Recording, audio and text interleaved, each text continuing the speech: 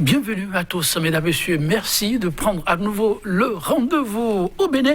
Il est le nouveau-né de l'échiquier politique national, a beaucoup fait parler de lui ces jours-ci. Le GNC, le groupe national de contact, pas un parti politique, mesdames et messieurs, mais une ramification locale de la plateforme de l'opposition s'engager pour le Bénin. Le label défendu ici, la souveraineté du peuple, dit-on, le droit de tous au vote. De la présidentielle de 2021, une série de craintes que ses membres fondateurs aimeraient voir dissipées. Le GNC vante debout contre une présidentielle exclusive.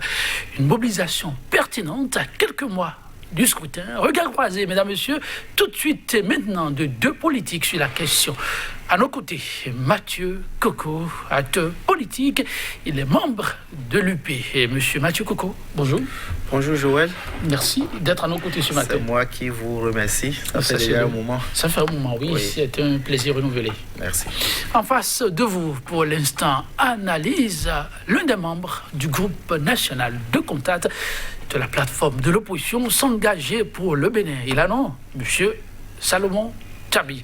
Ça fait aussi si longtemps par ici. Monsieur Salomon Tchabi, bonjour. Bonjour Joël. Merci de répondre à notre invitation. Merci de nous avoir. On vous annonçait à la retraite politique, mais vous voilà actif. C'était de fausses informations? Erreur d'appréciation. Erreur d'appréciation. Et d'analyse. En tout cas, merci d'être à nos côtés ce matin. La présidentielle de 2021, dans le viseur du groupe national de contact de la coalition s'engager pour le Bénin. Craintif quant à la bonne tenue du scrutin, ses leaders sont récemment montés au créneau. Salomon Tchabi, une perception que vous avez de la présidentielle de 2021 qui vous a plutôt poussé à être au devant de la scène. De cette perception, qu'est-ce que nos téléspectateurs peuvent retenir? Je salue les téléspectateurs, je salue M. Coco Mathieu, et merci à votre télévision pour nous avoir accepté de nous recevoir sur ce plateau. Eh bien, ce plateau est pour tous, hein. Merci de le dédier pour tous. Ce n'est pas toujours le cas dans notre pays ces temps-ci. C'est bien de le souligner. Depuis 2016, pour celui qui analyse très bien l'évolution de notre pays, il est évident que tout ce qui se prépare pour 2021 est tout sauf une élection inclusive.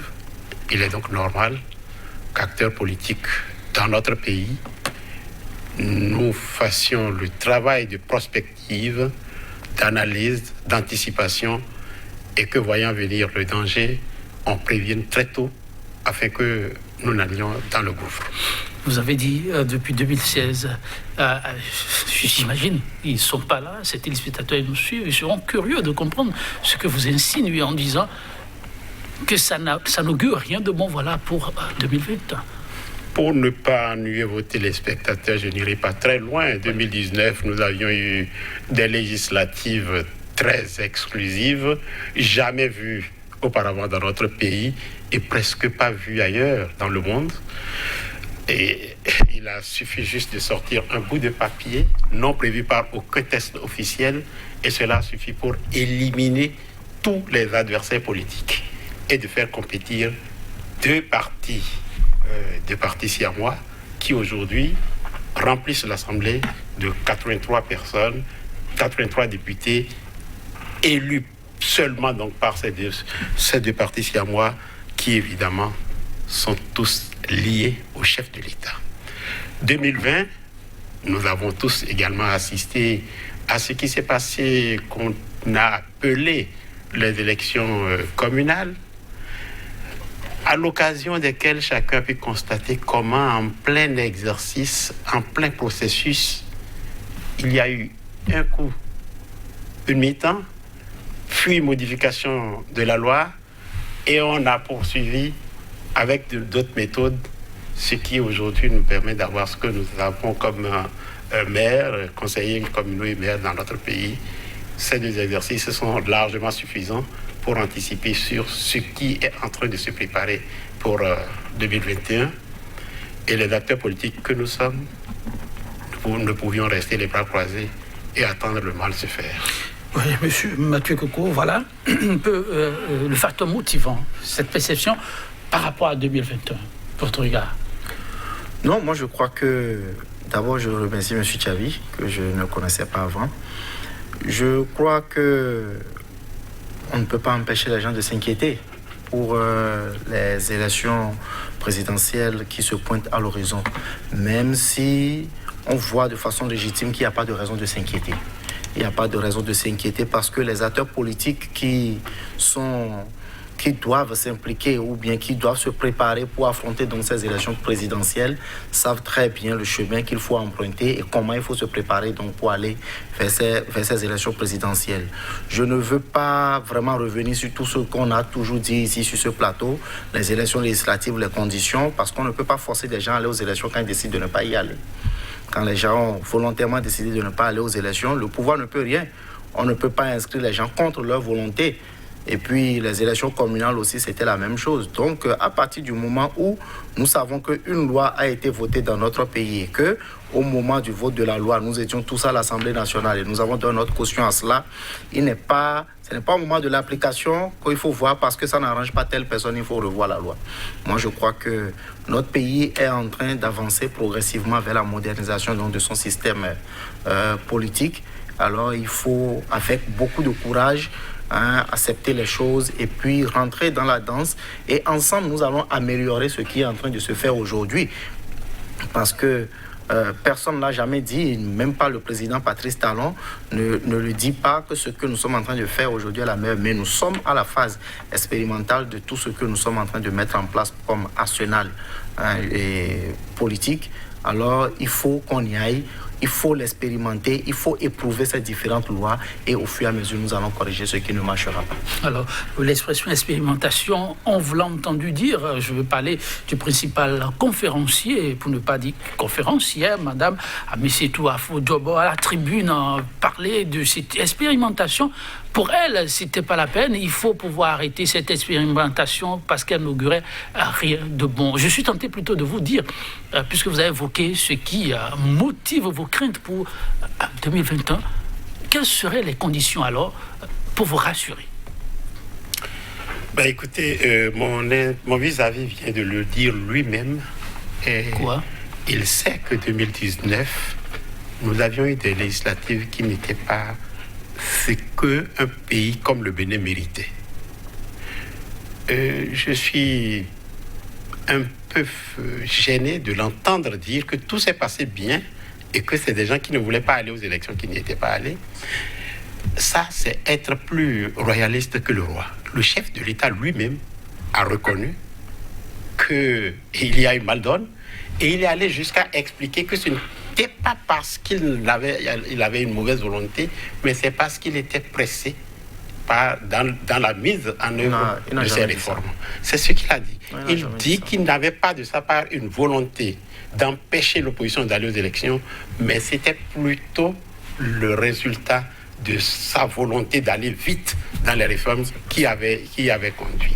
Alors voici maintenant son représentant qui ici tout simplement dit non, c'est l'opposition qui n'a pas du tout voulu aller aux élections, c'est la mouvance, donc il n'y a pas eu ce certificat de conformité qui avait été demandé, sorti de nulle part, non prévu par aucune loi dans notre pays, que ce papier n'a jamais été demandé, c'est que les gens n'ont pas voulu aller et qu'on a oublié, après avoir utilisé ce papier pour éliminer tout le monde aux législatives, tous les adversaires ont été éliminés, rien qu'à cause de ce certificat de conformité, on a oublié d'en parler lorsque les communales sont venues.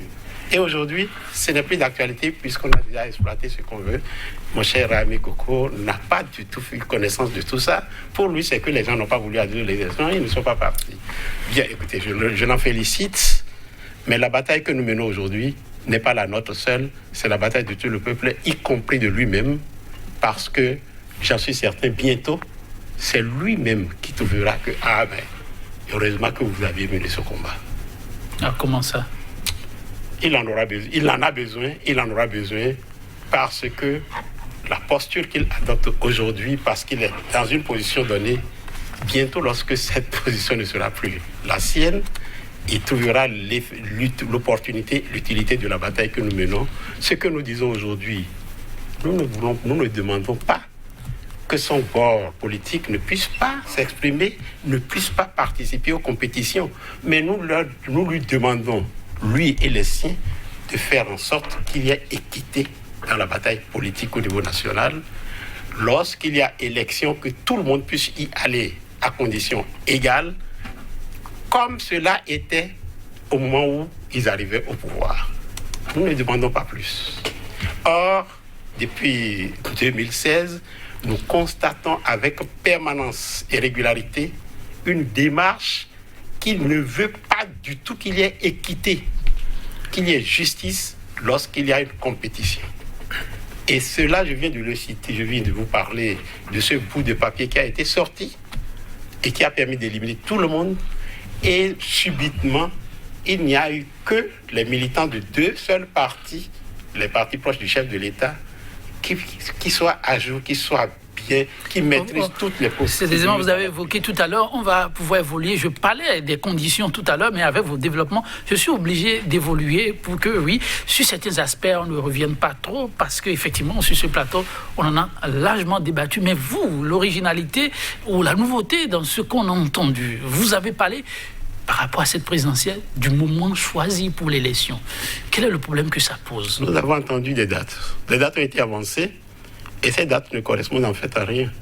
Le chef de l'État a été élu et a pris fonction le 6 avril 2016 sur une décision de la Cour constitutionnelle de notre pays qui validait ainsi les résultats du deuxième tour des élections d'alors. Les décisions de la Cour constitutionnelle dans notre pays ne sont susceptibles d'aucun recours. Ce qui signifie que son mandat de 5 ans court du 6 avril 2016 au 5 avril 2021. Subitement, nous constatons que la Sénat est en train de programmer le premier tour des élections prochaines présidentielles après cette date-là. Ça signifie que dans leur scénario, ils envisagent que le mandat actuel prenne fin au-delà de cette date, au motif qu'entre-temps, il y aurait eu des modifications légales et autres qui, en fait, ne peuvent pas conduire à la remise en cause de la décision de la Cour constitutionnelle. Donc, pour nous, la date de fin de mandat du chef de l'État, le président Talon, c'est bien le 5 avril 2021. Monsieur Coco, oui, le choix par rapport à la présidentielle. Merci beaucoup. Je constate chaque fois que quand il s'agit de faire les débats concernant les élections, c'est facilement que nous tombons dans le panneau de retour donc vers les élections législatives, vers les élections communales. C'est de bonne guerre. Moi, je le comprends ainsi, Monsieur Tchabi. Vous savez, les élections législatives de 2019 n'ont pas été programmées en février ni en mars. Les élections d'avril 2019 se préparaient depuis déjà l'Assemblée où la modification de la charte des partis politiques et du code électoral a été donc effective. Et cette modification a été adoptée, vous le savez très bien, avec une composition du Parlement constituée de plusieurs partis politiques, y compris bien sûr l'opposition au président Patrice Talon. Et cette modification a demandé à ce que pour aller aux élections législatives, il faut être un parti politique formel conforme donc à la nouvelle charte des partis politiques. Comment voulez-vous, de votre position de groupe d'analyse ou bien de choses là, qu'un parti n'aille aux élections législatives donc sans se conformer à la nouvelle charte des partis politiques qui était en vigueur au moment où les élections devaient se tenir? C'est ce qui a motivé donc la nécessité, sinon l'exigence du certificat de conformité. Je vais vous dire, peut-être que vous avez oublié, ce n'était pas seulement 2 partis qui avaient le certificat de conformité. Les partis qui avaient le certificat de conformité étaient au moins 4 ou 5, 5 bien sûr, à déposer donc leur dossier à la Sénat et que finalement, il y en a d'autres qui ont d'autres conflits, ils ont d'autres problèmes. Avec, en réalité, le nouveau code électoral, il y avait des doublons. C'est-à-dire des candidats qui se retrouvaient sur la liste de 2 partis. Donc, ce qui a amené donc à l'annulation donc de certaines listes pour qu'on aille aux élections législatives. Je ne vais pas trop tergiverser sur cela, mais il faut dire tout simplement que l'histoire est têtue et que chaque fois qu'il sera nécessaire, nous allons le rappeler, n'allons pas oublier ce qui s'est réellement passé. Il y avait une volonté manifeste pour certaines personnes de ne pas aller aux élections. Vous voyez, des gens ont créé facilement aujourd'hui un parti politique. En moins d'1 mois, ils ont créé facilement un parti politique. Mais pourquoi en 2019, au lieu de se chercher à se conformer, à transformer une ancienne maison en une nouvelle maison, on ne pouvait pas rapidement constituer un nouveau parti pour aller à ces élections-là. Mais la loi, la charte qui était jetée, le code électoral qui était jeté, aujourd'hui, on a pu créer un parti conformément à cette charte-là. C'est ça qui nous prouve aujourd'hui qu'il y avait une mauvaise foi, il y avait une volonté manifeste de ne pas aller aux élections. J'ai suivi avec beaucoup de déception la sortie du GNC. Je dis avec beaucoup de déception parce que lorsque vous avez de l'estime pour certaines personnes et que vous les entendez dire certaines choses, ça déçoit. Ça déçoit des gens que pendant longtemps, vous vous êtes peut-être trompé en les classant comme cadres et mérites de votre pays, en leur confiant de hautes responsabilités. Quand vous les entendez dire certaines choses, quand vous les voyez afficher la volonté d'embrouiller tout le monde, ça amène la déception. La déception était sur quel point? Oui, bien sûr, ma déception était d'abord sur cette confusion totale, sinon sur l'esprit, sinon la malcompréhension affichée des textes de la République et que l'on essaie donc d'embrouiller tout le monde avec et de faire ce que je peux appeler l'existence, exister, prouver leur résistance. Monsieur Tchabi a parlé des délais, oui, a parlé des dates qui ont été annoncées. Question du choix, oui.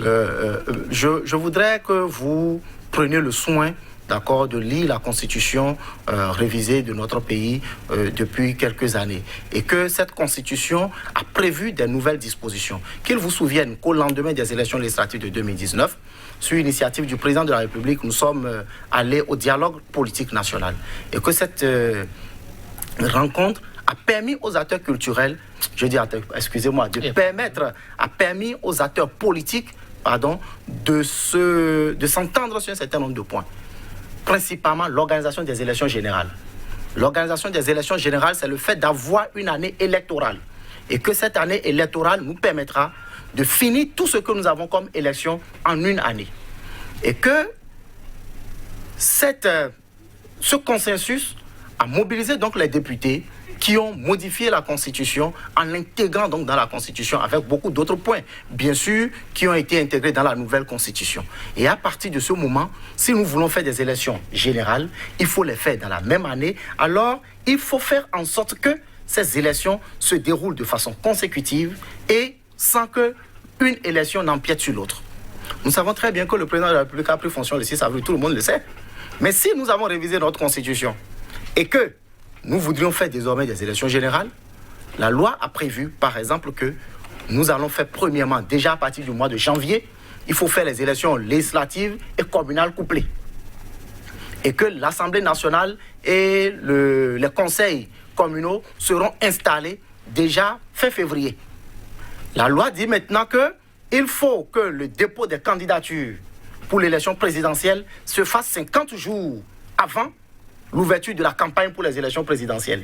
Si nous finissons d'installer les députés déjà en février, c'est-à-dire vers, je crois que c'est 3e dimanche ou bien chaud là du mois de février au plus grand tard, 50 jours pour déposer les dossiers et l'ouverture de la campagne, s'il faut le compter à partir du mois de février, nous allons déjà au-delà de 6 avril, Monsieur Tchabi.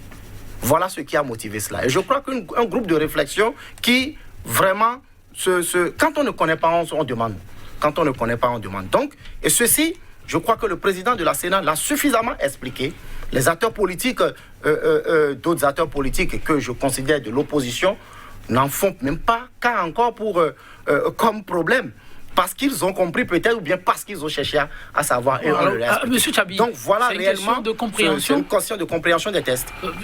On voulait savoir. Ce que je viens d'entendre de mon cher ami Coco me rend particulièrement triste. Ah bon? Je ne m'attendais pas à ce que, au niveau du débat où nous en sommes, on puisse aller dans des considérations telles que ce que je viens d'entendre, et c'est vraiment dommage. Vous imaginez, je l'ai entendu même évoquer de soi-disant concertation avec une certaine opposition. Il a déclaré. Le dialogue, j'ai parlé du dialogue. Il a parlé d'un dialogue politique. Je crois que c'est un dialogue politique monocolore, un monologue en fait. Des gens d'un même bord qui se réunissent et qui disent qu'ils sont un dialogue. Je crois que ça ne se fait pas comme cela. Ça ne se fait pas comme cela. Et puis il dit que la suite de ce qu'ils ont fait est liée justement à ce dialogue politique, alors qu'il sait que les 83 élus qui ont voté les lois dont il parle sont tous issus d'un même bord politique. Et curieusement, ça ne le met pas du tout. Il trouve plutôt que c'est ceux qui ne sont pas d'accord avec ce concept, cette façon de faire la politique, c'est eux qui l'ont déçu. Moi, je crois plutôt, j'aurais préféré laisser nos téléspectateurs dire réellement qui est en train de les décevoir en l'écoutant ici. Mais ce qu'il faut retenir, c'est que cette constitution dont il parle, je ne sais pas si le chef de l'État avait été élu pour régler des problèmes de texte politique dans notre pays ou pour s'occuper du développement de notre pays.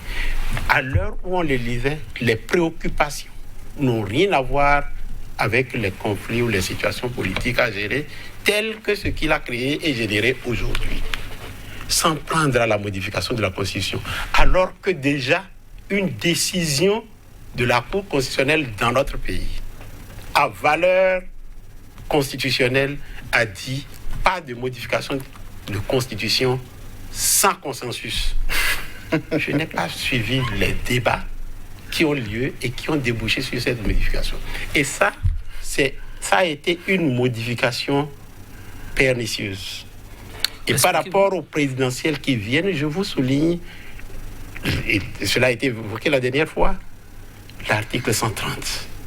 Oui. Ce fameux article 130. Où on dit, désormais, c'est des tickets de candidature que nous avons, un président et son vice-président. Ticket présidentiel. Très bien. Après le premier tour, les deux premiers vont au second tour. Si un membre d'un des tickets se désistait, démissionnaire, ou mourait, ou était disqualifié, évidemment, ce ticket est d'office éliminé. Mais automatiquement, il n'y aurait plus de second tour. Le deuxième ticket est élu, quel qu'ait été son score au premier tour. Ça suffit. Et ça, pour aller terre à terre, imaginons-nous un cas de figure où les deux tickets qui sont passés au second tour ont respectivement 47% et 17%. Le reste étant distribué entre les autres candidats. Ça signifie que pour le second tour, on a le premier qui a eu 47% et le deuxième qui a par exemple eu 17%. C'est juste des exemples, un exemple. Sur le ticket de 47%, c'est-à-dire le premier, le vice-président vient à la télé dire, bon, pour des raisons de convenance personnelle, je me désiste, je ne participe plus. Ça signifie que la liste sortie première avec 47% est désormais éliminée et il n'y a pas de deuxième tour. Notre fameuse liste de 17% est élue président puis vice-président pour gérer le pays pendant 5 ans. Pendant 5 ans. Voilà. C'est-à-dire qu'on aurait un élu de 17% pour conduire les affaires de la nation.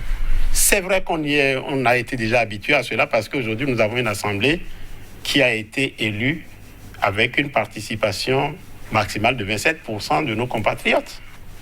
Nous en sommes là aujourd'hui. C'est cette assemblée qui aussi a justement élaboré et voté cette constitution. Et comment ne pas y voir une volonté d'exclusion, Monsieur Coco? Monsieur Tchabi persiste ici, la volonté d'exclusion est manifeste. Monsieur Mathieu Coco. je crois que ma déception se renforce de plus en plus. Encore? Oui, monsieur Tchabi, ça, je ne vais pas marcher les mots pour vous le dire. Ma déception se renforce de plus en plus. Quand vous lisez bien l'article, je crois bien, l'article 44 de la nouvelle Constitution et l'article 130 du Code électoral, tout est clair. Tout est clair. Il y a d'abord la possibilité de disqualifier un duo. Un duo est disqualifié si déjà l'étape de dépôt de candidature, non, un duo peut être disqualifié. Si déjà à l'étape du dépôt de candidature, le duo, après dépôt de candidature, du président ou du vice-président, si l'un démissionnait, si le vice-président démissionne, par exemple, le président a la possibilité de procéder à son remplacement. Et ça, on n'est pas à l'après-scrutin. Non, du tout. Allez-y. C'est la démarche de votre vis-à-vis nous plongeait dans l'après. Oui, c'est dans l'après. Nous sommes allés aux élections présidentielles. On est arrivé au premier tour. On a fini le premier tour. Nous arrivons au second tour. Arrivé au second tour, par exemple, et que le vice-président, ou bien dans un duo, il y a décès, il y a démission, il y a désistement. À partir de ce moment-là, le duo, le premier duo, le deuxième duo, qui est resté intact, gagne d'office les élections. Qu'est-ce qui a motivé cela? Nous n'allons pas aux élections. Nous allons aux élections pour régler des problèmes. Je dis, nous avons révisé la Constitution pour régler des problèmes. Et les problèmes que nous sommes allés régler, c'est des problèmes que nous ont posés entre-temps l'ancienne Constitution pendant longtemps. Et que ces problèmes sont restés sans solution. Et heureusement, on s'est échappé une fois belle. Je vais vous donner l'exemple, M. Tchabi, de l'exemple de 2001. Quand le président Mathieu Kérékou et le président Nicéphore Dieudonné Soglo allaient faire le second tour des élections présidentielles, le président Nicéphore Soglo a désisté. On a fait recours à Maître Adrien Oumbedi, troisième sur la liste. Il a désisté. On a fait recours finalement au président Bruno Amoussou qui a accepté de compétir avec le président Mathieu Kérékou. Monsieur Tchabi, qu'est-ce que la Constitution avait prévu? Que lorsque tous ceux qui arrivaient désistaient, la Constitution a-t-il prévu comment il fallait procéder? La Constitution n'a pas prévu ça. Mais pourquoi voulez-vous qu'une fois confronté à cette difficulté, qu'on aille à la révision de la Constitution et ne pas régler ce problème? C'est ce qui a été réglé. Lorsque nous allons au second tour et que nous sommes deux et que quelqu'un désiste, celui qui doit compétir avec lui est d'office qualifié. C'est comme un match de football. Vous allez à un match et deux équipes doivent jouer sur le terrain et que l'un ne vient pas, on signe ce qu'on appelle forfait. C'est comme ça. Donc, on n'a pas besoin. Et moi, je crois que là où ma déception est grande et que je voudrais vous le dire, c'est que les acteurs politiques, qui sont les partis politiques, les candidats à l'élection présidentielle, qui sont en train de s'armer pour aller aux élections présidentielles, ont compris. Ils n'en font même pas une préoccupation. Mais ce sont eux qui vont aux élections. Mais ce sont eux qui sont directement concernés. Mais ils savent que la Constitution, à cet article-là précisément, a permis de régler un problème récurrent que nous avons et auquel on n'a jamais eu de solution. Monsieur Mathieu Koko, quand vous dites ça, j'imagine que certains téléspectateurs voudraient vous dire, actuellement, on n'en connaît vraiment pas de potentiels candidats déclarer oui, président. C'est pas encore tard. La Constitution a dit 50 jours avant les élections, avant l'ouverture de la campagne. Le silence de cela ne profite-t-il pas à des leaders comme M. Tchabi, qui montent maintenant au créneau pour dire mais ça... Mais pourquoi voulez-vous que les gens parlent de quelque chose qu'ils ont compris? C'est ça. Ils n'ont pas parlé de ce qu'ils ont compris, donc ce n'est pas un silence. Alors, oui, je vous retourne la question autrement. Est-ce que vous ne prêchez pas là où il ne faut pas, alors? Justement, vous voyez, j'ai expliqué tout à l'heure un scénario Mon ami Coco n'a pas la chance, il n'est pas du tout chanceux, parce qu'il est tombé sur un exemple qui ne l'arrange pas du tout. Ah bon? Bon, allez-y. Voici mon cher ami qui dit que lorsque deux équipes s'affrontent et que l'une des équipes démissionne, automatiquement l'autre est qualifiée. Mais l'autre est qualifié, mais ne prend pas la coupe. L'autre est qualifié pour affronter une autre équipe, suivant les règles du jeu. Mais on ne peut pas dire, dès que l'un est disqualifié, automatiquement on remet la coupe, alors qu'il y a d'autres compétiteurs qui sont encore en lice. Et c'est là où l'exemple qu'il est en train de donner ne me paraît pas être un exemple pertinent et ne plaide même pas du tout en faveur de ce qu'il dit. Et lorsqu'il dit que les acteurs politiques ne réagissent pas, que les partis politiques ne réagissent pas, non, il a parlé de potentiels candidats. Des potentiels candidats, il n'en connaît pas. Il a reconnu que c'est 50 jours avant les élections. Il y en a qui sont sur le terrain, M. Tchabi, et que vous savez très bien. Ah, vous savez si moi je serais candidat, par exemple? Je vous dis, il y en a qui sont déjà sur le terrain. Et que ceux qui seraient potentiels candidats n'en parlent pas, et que c'est moi qui m'en plains, vous me déniez le droit d'être candidat, c'est ça? Puisque je ne vous dénie pas le droit, mais ce que je dis, j'ai dit, il y en a déjà qui sont sur le terrain. Cela ne m'aurait pas étonné, vous et votre camp, en êtes habitués du fait, c'est-à-dire la disqualification de ceux qui ne vous plaisent pas et vous qualifiez de mineurs les fautes de ceux que vous aimez. Alors, donc, il est évident qu'ils sont conscients du fait que leur démarche vise à exclure le maximum possible du candidat potentiel capable de faire entorse à leur candidat. Et ils en sont sûrs.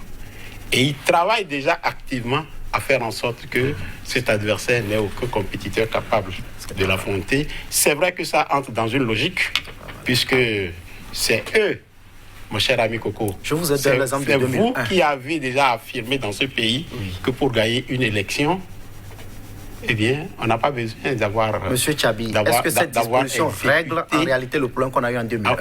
Non, pas du tout. Vous le savez, je n'ai pas envie d'aller sur ce terrain pour vous montrer. Il vous l'avez peut-être compris vous-même. Pas du tout. Mais on n'a pas eu de problème en 2001. Ah bon? L'élection a bien lieu. Et même vous l'avez expliqué qu'il y a eu un deuxième tour entre le général Mathieu Kérékou et le président Amoussou Bruno. Ce n'est pas vous qui avez dit ça? Et si Amoussou Bruno ne répondait pas? Je ne suis pas ici. Je ne suis pas un Bokono, je ne suis pas un homme de phare pour prédire ce qui se passerait avec des si. Mais justement, écoutez, on ne doit pas légiférer, on doit légiférer. Vous étiez en train de parler des faits vécus et qui auraient conduit à des blocages, et c'est pour lever ces blocages que vous aviez fait vos positions. Je ne viendrai pas ici dire si. Non. Écoutez, si c'est avec des si que nous voulons créer des lois, modifier des lois, transformer le pays, évidemment, où est-ce qu'on veut aller? Nous n'avons jamais eu de blocage dans l'exécution de notre loi fondamentale de 1990. Jamais. Et il n'y a jamais eu de débat public qui ait consacré les orientations que vous aviez faites. Vous pouvez me rappeler à quelle occasion il y a eu des débats ici pour que nous en arrivions, par exemple, à avoir un vice-président dans notre pays? À l'occasion de quel débat public? Ça n'a jamais lieu. Et rapidement, nuitamment, on a introduit des clauses à droite, à gauche. On a modifié les constitutions alors qu'il a été clairement mentionné que cette constitution ne devrait pas être modifiée sans un large consensus national. Alors, par rapport à ces aspects que vous évoquez, qui, pour vous, ne devraient pas tenir, que faut-il faire? Suis-je tenté de vous demander?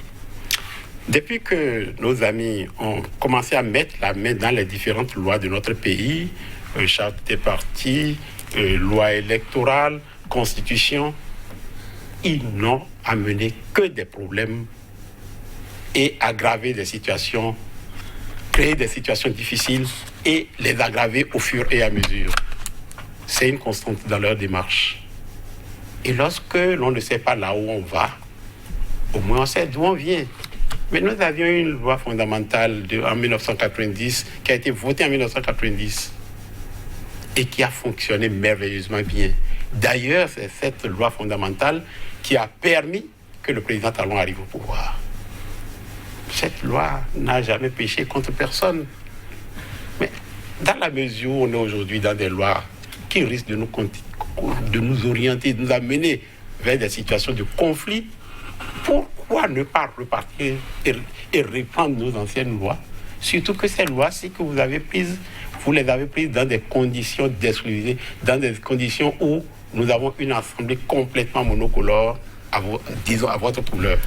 Ce qu'il y a lieu de faire, tout simplement, c'est nous restaurer notre constitution, notre chère constitution de 1990, nous restaurer les lois électorales qui étaient en vigueur au moment où ils arrivaient au pouvoir et qui ont montré très bien leur fiabilité et qui ont eu un parcours sans faute et qui n'ont jamais conduit notre pays à aucun blocage. Monsieur Chabi, je vais retourner d'abord vers Monsieur Mathieu Koko parce que cette doléance, je la trouve un peu, comme on le dit, une doléance de taille qui demandera beaucoup de réflexion. Avant de passer à autre chose, donc Monsieur Mathieu Koko, je vous demande un exercice peut-être difficile. Si vous étiez donné, vous, de trancher de cette doléance, que diriez-vous? C'est inacceptable. Expliquez-vous. C'est inacceptable parce que d'abord le pays est organisé par des institutions et je crois bien que une loi qui a été votée et promulguée par le président de la République, d'abord dont la conformité a été prouvée par la Cour constitutionnelle, il n'est pas normal quand même qu'on revienne donc pour dire que bon voilà cette loi on reprend l'ancienne loi. Je crois que c'est pourquoi je dis que ma déception était très grande quand je vois la qualité de ceux qui constituent en réalité. En réalité, il faut dire que le GNC peut-être à la recherche de légitimité et qu'il fallait donc s'attaquer à quelque chose. Qu'est-ce qu'il fait dire ça? Oui, c'est à la recherche de légitimité, c'est juste parce que, bon, il faut que nous aussi on dise quelque chose pour que les gens nous regardent. C'est ce que moi je comprends tout simplement. Parce que dire, par exemple, que dans 2001, donc le processus qui nous a conduit à des désistements sur des désistements et que la Constitution n'a rien prévu pour régler ce genre de choses, et quand on a l'opportunité donc de réviser la Constitution qu'il ne faut pas régler ce problème, pour moi, c'est inacceptable, ce n'est pas normal. On ne peut pas continuer à dire ça parce que le débat politique est public, donc tout le monde doit dire. Donc moi, alors, Monsieur Mathieu Koko, vous les avez suivis attentivement, je les ai suivis. Sur la liste des revendications, il y a la question des parrainages. Qui vous a émerveillé? Non, du tout pas. Parce qu'encore, non, ils ont parlé. Quand je parle de la méconnaissance même des tests, c'est ça. Ok. Allez sur la question du parrainage. J'ai entendu l'ancien député nous dire que la loi dit que le vice-président doit avoir 16 signatures et le président doit avoir 16 signatures. C'est faux. La loi n'a jamais dit ça. Et il faut suivre aussi les explications de la Sénat. C'est un ticket présidentiel qu'il faut avoir, M. Chabi, il faut leur dire ça. C'est un ticket présidentiel. Et c'est le ticket présidentiel qui a 16 signatures. Au-delà des explications, M. Koko, oui. Ils ont, comme certaines, demandé à ce qu'on lève ce verrou. À quelques mois, sur la question... Mais pourquoi nous avons voté une loi et que nous voulons maintenant, pour la première fois, aller éprouver et des gens, parce que ça n'arrange pas certaines personnes, on reste dans sa chambre. C'est tout comme si vous allez dans une composition, donner une preuve, vous n'avez pas appris une leçon, vous dites qu'il faut enlever cette question. C'est quoi ça là? S'il vous plaît, nous sommes quand même une république et puis un pays qui a de l'expérience et que nous sommes en train d'aller vers la modernisation de notre système partisan. Il ne faudrait pas que des intellectuels viennent dire certaines choses. Ça déçoit quand même. Oui, les intellectuels, une fois encore, interpellés. Il y en a beaucoup au sein de ce groupe. Monsieur Salomon Chabi, une fois encore, interpellé la question du parrainage. Il faut avouer que c'est justement eux qui sont intéressés par la question du parrainage et cherchent à ce qu'on l'agite, alors qu'en réalité, le parrainage n'est pas le vrai problème. C'est l'arbre qui cache la forêt. Alors, il n'y a pas derrière cette forêt? En réalité, oui. Nous sommes devant un régime qui ne procède que par exclusion depuis son arrivée au pouvoir. Ça, on l'a déjà entendu. Ils l'ont entendu, d'ailleurs ils l'ont avoué publiquement à beaucoup d'endroits déjà. Monsieur Koko, lui, ici sur le plateau, il n'ose pas le faire pour ne pas décevoir ceux qui l'ont envoyé, mais ils ne procèdent que par exclusion et c'est déjà rentré dans leur gène. Alors, donc, vous voyez, ils ont commencé d'abord à un moment donné par dire qu'il fallait déposer 450 millions pour être candidat aux élections présidentielles dans notre pays. Qui a dit ça? Puis, pression sur pression, ils sont passés à 50 millions, mais rapidement, ils ont sorti aux choses pour réduire, pour toujours filtrer. Le système chez eux, c'est qu'il faut à tout prix éliminer tout ce qui peut venir gêner. Vous imaginez, ils vantent un régime qui s'est rendu coupable d'avoir fait exiler de nombreux de nos compatriotes qui aujourd'hui ne sont même pas en mesure de rentrer dans leur pays. Et vous êtes à l'aise, vous êtes content, heureux de constater que vous dirigez un pays dont des citoyens sont obligés de s'exiler. Ça ne vous gêne pas. Ça ne vous gêne pas. Je ne vous souhaite pas que cela vous arrive. Nous nous battons pour que ça n'arrive à personne, ni à vous, ni à d'autres. Des pays étrangers vont jusqu'à aujourd'hui sortir notre pays de la liste des pays sûrs. Et ça ne nous gêne toujours pas. Des pays étrangers, d'autres, vont jusqu'à se préoccuper de la situation grave sur le plan politique que traverse notre pays. Ah oui. Ça ne vous émeut pas. Et ça, c'est l'amour de notre pays, tout ça. Et à l'intérieur, des citoyens sont en train de créer, en dehors de tout ce qui les accable sur le plan économique, en dehors de toutes les difficultés qui sont en train de subir sur le plan social, eh bien, ils crient, laissez-nous le droit de choisir qui nous voulons pour nous diriger. Et chaque fois, vous sortez des lois pour bloquer, pour empêcher. Mais laissez, si vous êtes sûr de vous-même, laissez la porte ouverte pour que le choix libre se fasse. Parce que lorsque vous déclarez vous-même... La porte est fermée où? Lorsque vous déclarez vous-même, oui, la porte est fermée par ceux qui se proclament eux-mêmes impopulaires, mais qui quand même veulent aller aux élections. Et qui ont déjà prévenu que de toute façon, c'est le peuple qui choisit. Populaire ou pas, ce n'est pas cela qui est l'élément déterminant, c'est votre capacité à empêcher les autres de venir en compétition qui vous permet de vous faire réélire. Et vous l'appliquez à la lettre et vous n'êtes pas gêné de venir sur l'établissement. Si. Vous devriez faire peut-être un appel pressant au chef de l'État, vous diriez? Je ne sais pas si c'est à lui que je dois m'adresser parce que j'ai l'impression que c'est des gens comme Coco qui vont le rassurer, lui dire qu'il est sur la bonne voie. Je préfère m'adresser aux gens comme lui pour lui dire, lui et les personnes qui, comme lui, vont parler au chef de l'État pour lui dire que ce qu'il est en train de faire est bien, qu'ils sont en train de très mal faire pour le pays. Ils commettent des péchés. Ce n'est pas des crimes, mais c'est des péchés. Parce que c'est eux qui renforcent la conviction du président de la République et qui lui font croire qu'il est en train de bien faire. Je préfère m'adresser à eux afin qu'ils aillent lui dire que le peuple n'est pas du tout content de ce qui est en train de se faire et de ce qui est en train de se tramer, parce que lorsque vous acculez un peuple à la gêne, il finit par réagir. Et nous ne souhaitons pas pour notre pays une crise. Merci à vous. Oui, monsieur Mathieu Coco, vous prenez la parole et en même temps vous avez conclu. Il y a beaucoup de choses qui ont été faites. Il vous fait missionnaire. Comment vous recevez cette mission? Je voudrais dire à monsieur Tchabigé, quand on ne veut pas une crise, il faut parler de ce qu'on sait. C'est ça, quand on ne veut pas une crise, il ne faut pas venir dire ce qu'on ne maîtrise pas, ce qui n'y est pas. Vous avez parlé, la sortie de GNC carrément est passée à côté de la plaque. Vous avez parlé du parrainage, ce qui n'est pas le cas. Vous êtes passé à côté de la plaque. Vous avez parlé du duo présidentiel, du ticket présidentiel, ce qui n'est pas le cas. Vous êtes passé à côté de la plaque. Vous avez parlé donc des dates des prochaines élections, ce qui n'est pas le cas. Vous êtes passé à côté de la plaque. Donc c'est pourquoi moi je dis, pour qu'il y ait la paix, pour qu'il n'y ait pas de crise, il ne faut pas venir parler de ce qu'on ne sait pas. C'est tout. Donc moi je voudrais à la fin donc vous remercier les uns et les autres et rassurer en réalité tous les Béninois d'être sereins et que les prochaines élections présidentielles se passeront. Merci à vous monsieur Mathieu Coco. Oui, merci aussi à vous monsieur Tchabi Salomon. En tout cas, d'autres jours pour découvrir, pourquoi pas, d'autres sujets avec les politiques. On a besoin de vous. Le peuple n'attend que vous. 100% Bénin. Je Fausse Compagnie sur cette citation de Winston Churchill.